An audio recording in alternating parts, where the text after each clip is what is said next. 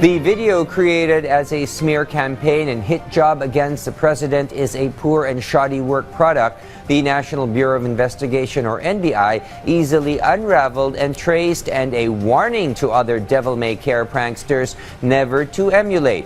Now the creators and distributors of this malicious production are about to deal with a long arm of the law, as our Patrick De Jesus reports. It is not President Ferdinand R. Marcos Jr. in a video circulating online of a man allegedly using illegal drugs. This is the result of the digital forensics analysis by the NBI on the video compared to authentic photos of the president. One of the key aspects examined is the ear comparison, which, like a fingerprint, has unique features. This is the helix, this is the antihelix, this is the lobule, this is the tragus, this is the antitragus, and this is the intertragal notch.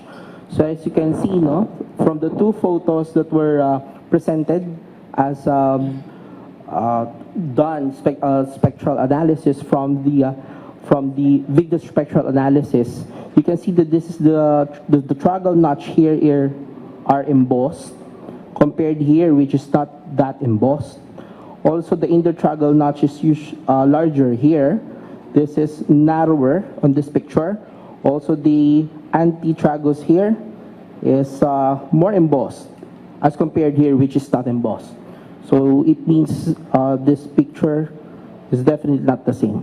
In a separate analysis by the PNP Anti-Cybercrime Group, it was found that the video was altered using artificial intelligence or AI tools to make it look more like the president. According to the ACG, they have identified individuals behind the spread of the video.